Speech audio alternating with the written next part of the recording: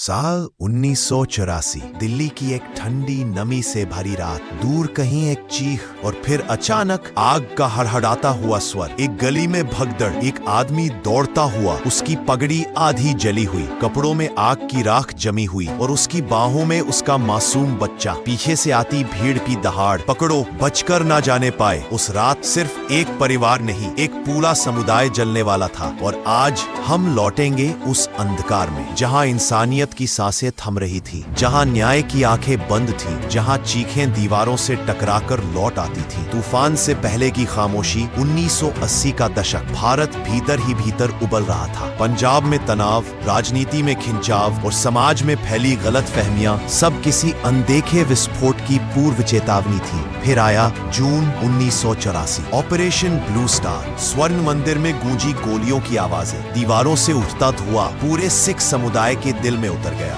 दुनिया को अंदाजा ना था कि ये तो केवल शुरुआत थी, असली तूफान अभी बाकी था। 31 अक्टूबर, वह सुबह जो कभी नहीं भूली जाती। अक्टूबर सुबह 9 बजे दिल्ली एक सामान्य दिन की तरह चल रही थी। दफ्तर खुल रहे थे, बच्चे स्कूल में थे और बाजारों में हलचल थी। फिर रेडियो पर अचानक एक टूटी हुई आवाज, प्रधानमंत्री इंदिरा गांधी की हत्या, कातिल उनके अपने ही सुरक्षाकर्मी और दोनों सिख। खबर चिंगारी थी जिसने आने वाली आग को हवा दे दी। शाम ढली और मौत की तैयारियां शुरू। शाम होने तक दिल्ली में अजीब हलचलें दिखने लगीं। कुछ लोग गलियों में घूमते हुए दीवारों पर एक्स के निशान बना रहे थे, मानो किसी को पहले से पता था कि आगे क्या होना है। सूचियां, नाम, घर सब पहले से चुन लिए गए। गवाह बताते हैं कुछ जगह पर लोग ट्रकों से उतरे, मानो किसी ने उन्हें भेजा हो। हाथों में आयरन रॉड, पेट्रोल, केरोसिन, सरिये और चेहरों पर एक ऐसी नफरत जैसे किसी ने अंदर जहर भर दिया हो। आग की पहली लपट सबसे पहले त्रिलोकपुरी, फिर सुल्तानपुरी, पालम, गांधीनगर, मंगलपुरी, तिलक नगर।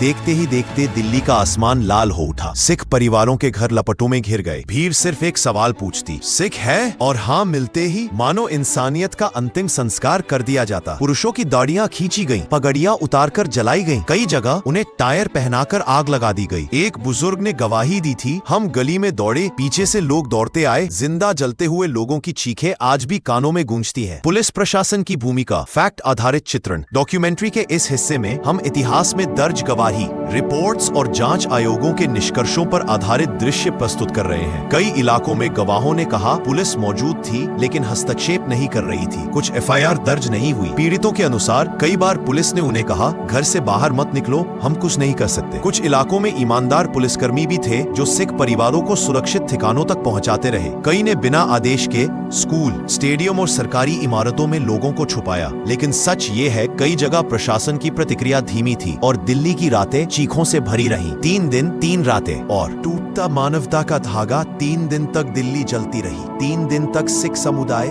मौत से लड़ता रहा। सरकारी आंकड़ों में लगभग 3000 मौतें, पर पीड़ितों के अनुसार यह संख्या इससे कहीं अधिक थी। कैसे मारे गए? गवाहियां बताती हैं कई पुरुष घरों के बाहर खींचकर जला दिए गए, महिलाओं को बाल पकड़कर घसीटा गया, दुकानों और घरों को लूटा गया, बच्चों को छतों पर छुपाया गया ताकि भीड़ उन्हें न देख ले। बहुत से लोग ड्रेनेज, टंकियों और स्कूलों में छुपे। एक मां ने कहा था, मैंने अपने बेटे को कपड़ों में लपेटकर पानी की टंकी में बैठाया ताकि उसका रोना कोई न सुन ले। यह सिर्फ कहानियां नहीं, जिंदा साक्ष्य है। इंसानियत की आखिरी रोशनी इस अंधेरे में। कुछ घरों के दरवाजे रात भर खुले रहे। कई हिंदू और मुस्लिम परिवारों ने कहा, अंदर आओ भाई, आज तुम हमारी जिम्मेदारी हो। कुछ गुरुद्वारों में लंगर बंद नहीं हुआ। वे धुएं के बीच, डर के बीच लोगों को खाना, पानी और आसरा देते रहे। ये वो पल थे जब नफरत की आग के बीच इंसानियत एक छोटी सी मोमबत्ती बनकर चमक रही थी। आग बुझी पर सवाल नहीं। वक्त गुजरा, सरकारें बदली, कानून बने, कई दोषियों पर केस चले, कुछ को सजा मिली, कई मामले फिर भी अधूरे रहे। पर इतिहास अब भी पूछता है, किसने भीड़ को संगठित किया? सूचियां किसने बांटी? प्रशासन कई जगह चुप क्यों रहा? और इतने साल बाद भी कई परिवार न्याय की प्रतीक्षा में क्यों हैं? इन सवालों के जवाब अभी भी धुएं में खोए हुए हैं। लेकिन सिख समुदाय ने हार नहीं मानी। वे टूटे, बिखरे, पर फिर उठे। उन्होंने काम लौटाया, दुकानें खोली, लंगर शुरू किए और दर्द को ताकत में बदला। वे दुनिया के सबसे मेहनती समुदायों में गिने जाते हैं और 1984 के घावों को उन्होंने अपनी पहचान नहीं, अपनी प्रेरणा बन जाने दिया। 1984 कोई कहानी नहीं, एक चेतावनी है कि जब नफरत भड़कती है तो धर्म नहीं देखती, समुदाय नहीं देखती, इंसान नहीं देखती। और जब राजनीति राजनीति आग फूंकती है तो जलती है सिर्फ जनता। हम 1984 को इसलिए याद नहीं करते कि घाव फिर ताजा हो, हम उसे इसलिए याद करते हैं कि वो फिर कभी ना दोहराया जाए। आज भी हवा में एक धीमी चीख तैरती है जो कहती है इंसानियत नफरत से हमेशा बड़ी होनी चाहिए।